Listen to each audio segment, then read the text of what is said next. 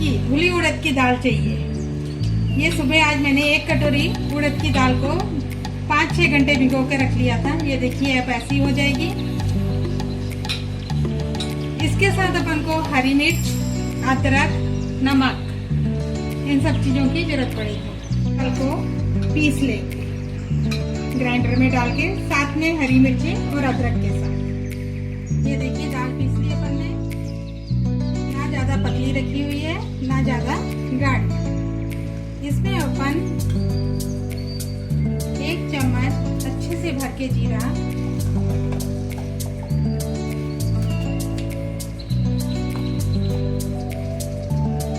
Pinch of हींग and test के लिए आपका नमक।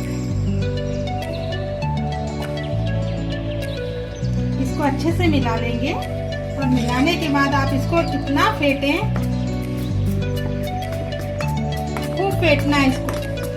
जितना ज्यादा ये फिटेगा, कम से कम 10 to 15 मिनट फेंटिए इसको।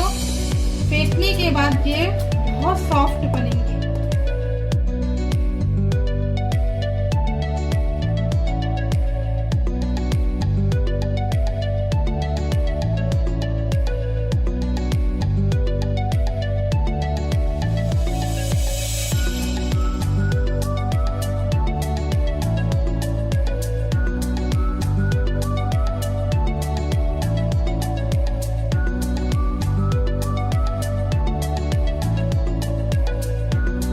बड़े फूल गए हैं।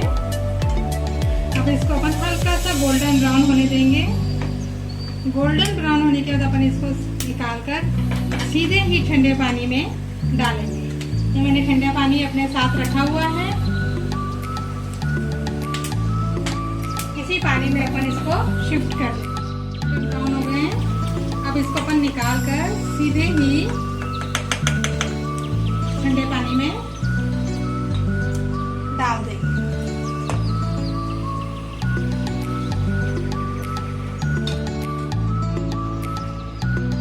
ये मैंने पानी से निकाल के देखिए रख लिए हैं। अब अपन इसकी प्लेटिंग करते हैं। देखिए कितने सॉफ्ट है, बहुत हल्के हाथों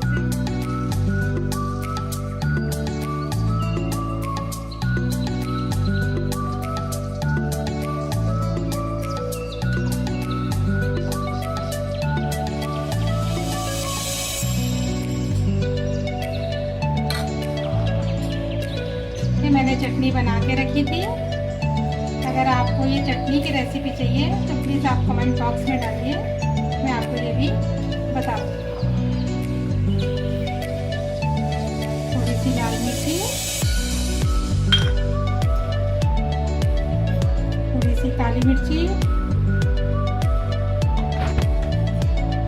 भुना हुआ जीरा, हरा धनिया। आप इसके ऊपर अपने स्वाद के हिसाब से छोटी बड़ी सेवियां और अनार के दानों के साथ भी फिटिंग कर सकते हैं, जैसा आपका टेस्ट।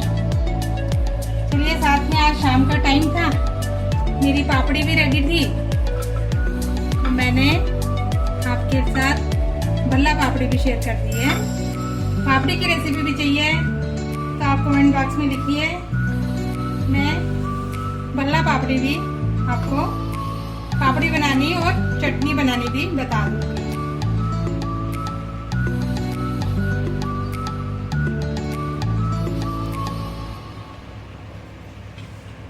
टेस्ट के अकॉर्डिंग काली मिर्ची, भुना हुआ जीरा, लाल मिर्ची, थोड़ा सा धनिया, बारीक वाले सेब, अनारदाने, किशमिश, जो भी आप ऐड करना चाहें वो ऐड कर सकते हैं। अब आप लोग जल्दी से इस रेसिपी को बनाओ और अच्छी लगे तो लाइक करो, जो कुछ कमियां लगे डिसलाइक करो।